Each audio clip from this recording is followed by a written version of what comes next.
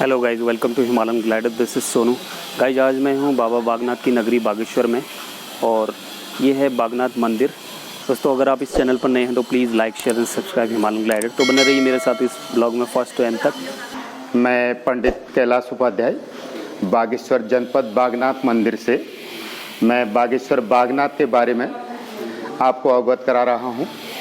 यहाँ पर जब अयोध्या में राम अवतार हो रहा था उस समय वहाँ सूखा पड़ गया था। तो वशिष्ठ मुनि ने देखा कि राम अवतार के वक्त अगर यहाँ हरियाली हो जाए, ऐसे मन में विचार कर करके वो हिमालयन की गोद जाते हैं। जा करके वहाँ शिव जी से आराध्य करते कि प्रभु कोई ऐसा उपाय बताइए जिससे जो है वहाँ हरियाली आ जाए। तो प्रभु ने अपनी जटा से जो है इस सरयू नदी को उनको जो है दे दिया। जब सरयू नदी को ले करके वो यहाँ पर आते हैं, इस तली पर मार्कंडे ऋषि तपस्या कर रहे होते हैं। जो ही मार्कंडे ऋषि तपस्या में लीन होते हैं, आंखें बंद होती हैं उनकी वहां पर, तो नदी वहां से आगे नहीं बढ़ पाती है, क्योंकि अगर बहती है तो मार्कंडे ऋषि उसमें तपस्या कर रहे होते हैं। ऐसी परिस्थिति में नदी वहां पर उछल पुछल होती है। तो वशिष्ठ मुनि ने सोचा कि नदी तो यहां से आगे बढ़ नहीं पाएगी। तो ऐसी परिस्थिति में जब ऐसा हुआ तो पुनः जो है उन्होंने देखा कि ये तो नदी का आगे बढ़ना असंभव है। तो वो जाकर के वहां पर हिमालय की गोद में जाकर के शिव से आराध्य कर प्रभु नदी तो दी, बशर्त मार्कंडे ऋषि वहां तपस्या के बल पर नदी को रोके पड़े हैं, वो आगे नहीं जा रही है। तो ऐसी परिस्थिति है जब भी प्रभु ने कहा ठीक है आप चलिए, मैं व्यवस्था करता हूँ। उन्होंने पार्वती से कहा कि आइए आप वहां पर चलिए, मेरे साथ चलिए, जहां से मैं जाता हूँ आप पीछे से आइए। जहां पर मार्कंडे ऋषि तपस्या कर रहे हैं उस तली पर जाकर के आप जो है गाय के रूप में प्रेजेंट होना, और मैं जो है बाघ के रूप में पीछे दहाड़ते हुआ। गाय अगर मां करेगी तो मैं दहाड़ने का उसको प्रयास करूंगा, तो निश्चित रूप से मार्कंडे ऋषि की आंखें खुलेंगी और वो जो है गाय की रक्षा के लिए खड़े होंगे। परिस्थितियां ठीक ऐसी हुई। जो ही गाय वहां पर मां करके चिल्लाती है तो शिव जी स्वयं जो है बाघ के रूप में दहाड़ते हैं। ऐसी परिस्थिति में मार्कंडे ऋषि की आंख खुलती है। जब आंख खुली तो उन्होंने देखा कि गाय को पीछे शेर जो है दहाड़ते हुए आ रहा है, उसको मार देता है। तो अपनी स्थली पर उठ बैठते हैं। जो ही वो अपनी स्थल से उठते हैं, नदी आगे को प्रवाहित हो जाती है। मार्कंडे ऋषि को शिव जी ने व्याघ्र के रूप में, मां पार्वती ने गाय के रूप में दर्शन दिए थे इस तली पर। इसीलिए इसे व्याघ्रेश्वर कहा गया है, क्योंकि बाघ के रूप में दर्शन देने की वजह से। तो तब से यहाँ पर जो है शिव जी की स्थापना हुई, बाघ के रूप में पूजा की जाती है। व्याघ्रेश्वर के रूप में इस नगर की स्थापना हुई, इस जिले की स्थापना व्याघ्रेश्वर के रूप में हुई, जो अभी बागेश्वर के नाम से जाना जाता है। यहाँ पर पुजारी, मेन पुजारी जो है रावल लोग हैं, और पूजा के लिए खिमानंद पंथ यहाँ पर रखे हैं, वो भोग की व्यवस्था करते हैं। बाकी अंदर का अधिकार सारे जो है रावल लोगों का बनता है। बाहर पंडित, सारे पंडित लोग कोई भी आकर के पूजा पाठ कराता है। यहाँ पर पूजा का विधान है, सुबह जो है आरती होती है, दिन में भोग लगता है, शाम को जो है महानिराजन आरती होती है। और अनेक प्रकार से लोग दूर दूर से यहाँ पर आकर के जो है अपनी मुरादें पूरे करने के लिए आते हैं। यहाँ पर जलाभिषेक, दूध, घी, शहद इत्यादि स्नान, पंचामृत स्नान इत्यादि स्नान का बड़ा महत्व है। जो भी श्रद्धालु बाहर से आता है, श्रद्धा लेकर के आता है, उसकी सारी मनोकामनाएं यहाँ पर पूर्ण होती हैं। और यहाँ पर माघ के महीने में जो महान पर्व के रूप में उत्तरायणी के मेले में यहाँ पर जो है भयंकर भीड़ होती है। यहाँ उत्तरायणी का मेला मनाया जाता है, करीबन 6-7 दिन का वो मेला लगता है। उस दरमियान जो है सरयू, सरस्वती, गोमती, 3 नदियां यहाँ पर आगे देखेंगे आप, 3 नदियां हैं। जो सरयू में स्नान करते हैं उसके संपूर्ण पापों का मोक्ष होता है, ऐसा माना गया है। इसलिए उत्तरायणी पर, खासकर सभी पर्व पर, लेकिन उत्तरायणी पर बहुत ज्यादा भीड़ होती है। और अनेक प्रकार के, अभी तो टूरिस्ट चला नहीं है कोरोना काल की वजह से, यहाँ पर जो है इतनी मतलब जो भी श्रद्धालु की पूर्ण उत्तराखंड के रूप में जो जो उत्तराखंड आता है, व्याघ्रेश्वर धाम के दर्शन के लिए अवश्य बागनाथ मंदिर आता है। और सारी नीचे काल भैरव का मंदिर देखेंगे आप, यहाँ पर भी नीचे काल भैरव का मंदिर है। तो ये भी जो है अपनी परिपूर्ण मनोकामना को पूर्ण करने के लिए यहाँ पर धाम है। और ऊपर सामने चंडिका है, अनेक प्रकार के यहाँ पर मंदिर, सामने बेणी माधव है। तो सबसे मीन जो है व्याघ्रेश्वर मंदिर ही मीन जो है यहाँ पर है, जो कि शिव जी को पूजा के लिए यहाँ पर माना जाता है, महान देवालय के रूप में इसे देखा जाता है।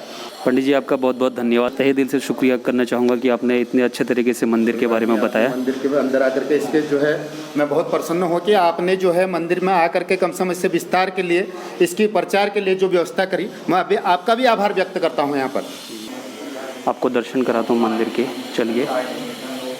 नमः शिवाय।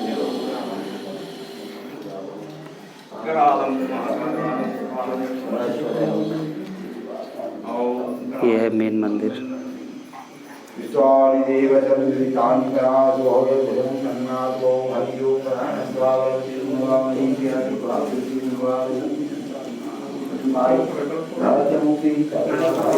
ओम नमो सनंताय ससमुक्ति ससवाधाय शिशुर्भावे ससगामने पुरुषाय शास्त्रे सत्कुरुधारे नमः।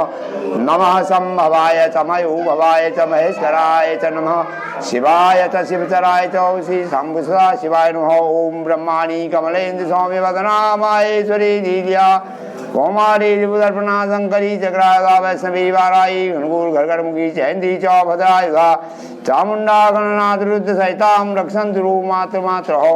ओम ब्रह्मा मुरारी त्रिपुरांधकारी भानु शशि भूमिष्ठो बुधश्च गुरु शुक्रा शनिराहु केतवो सर्वे ग्रहा सेमकरा भवन्तु आदित्यादिनपग्रेभ्यो नमः। ओम करगलित कपाल कुंडली नंदपाणी तरंत ज्ञायोगोपति कृता समय सपरिवार विघ्न विषेतुर जय जय जय बटुकनाथ हो साधिका नाम। ओम अष्ट भैरवाय नमः। कुल भैरवाय नमः। ग्राम भैरवाय नमः। विष्णु भैरवाय नमः। अद्भुत भैरवाय नमः। अष्ट भैरवाय नमो नमः। सर्वमंगल्य मांगल्ये शिवे सर्वार्थ साधके शरण्ये त्र्यंबके अम्बिके गौरी नारायणी नमोस्तुते।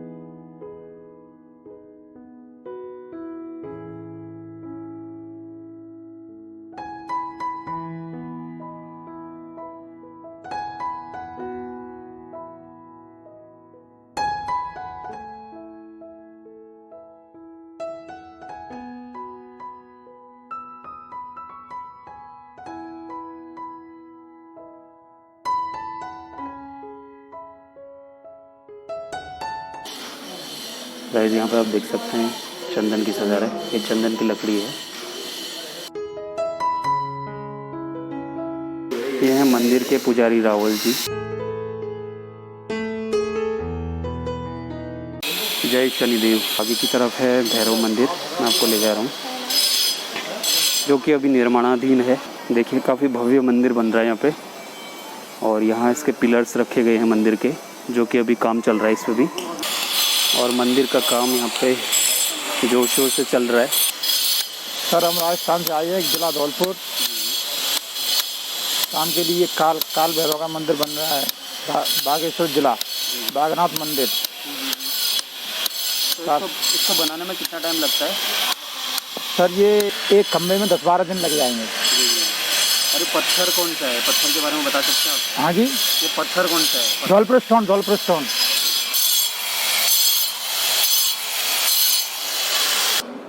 ये है बाणेश्वर मंदिर बागेश्वर। ये भी काफ़ी प्राचीन मंदिर है। चलते हैं आगे की तरफ। आगे की तरफ है संगम घाट।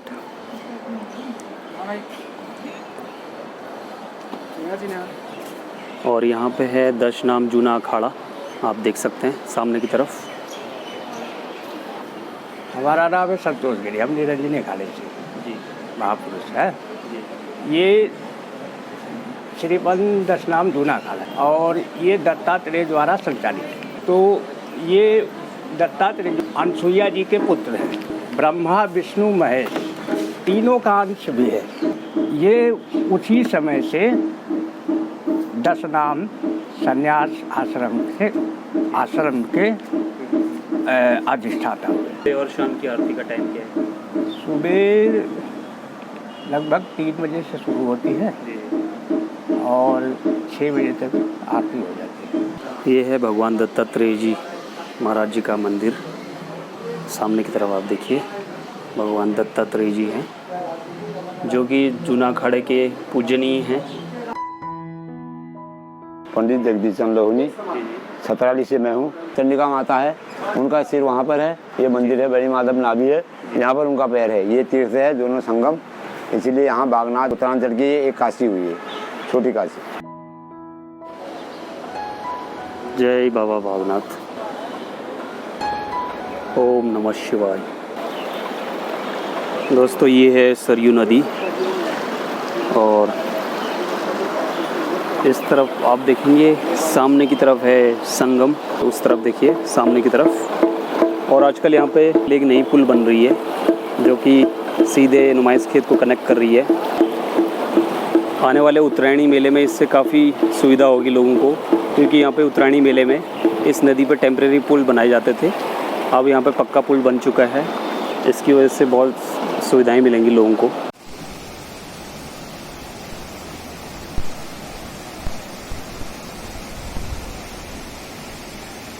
गाइस यहाँ पे देखिए आप 2 रोड कट रही हैं, एक जा रही है विलेज बनकोट के लिए और जो राइट साइड को रोड कट रही है वो है ताकुला वाली रोड, और ये पूरा एरिया है विलेज बिलोना। यहाँ से आप खूबसूरत नज़ारे देख सकते हैं। और बाबा बागनाथ आप सभी की मनोकामना पूर्ण करे। इन्हीं शब्दों के साथ मैं आपसे विदा लेता हूँ, फिर मिलता हूँ एक नए ब्लॉग के साथ। तब तक अपना ध्यान रखिए, बाय बाय, टेक केयर।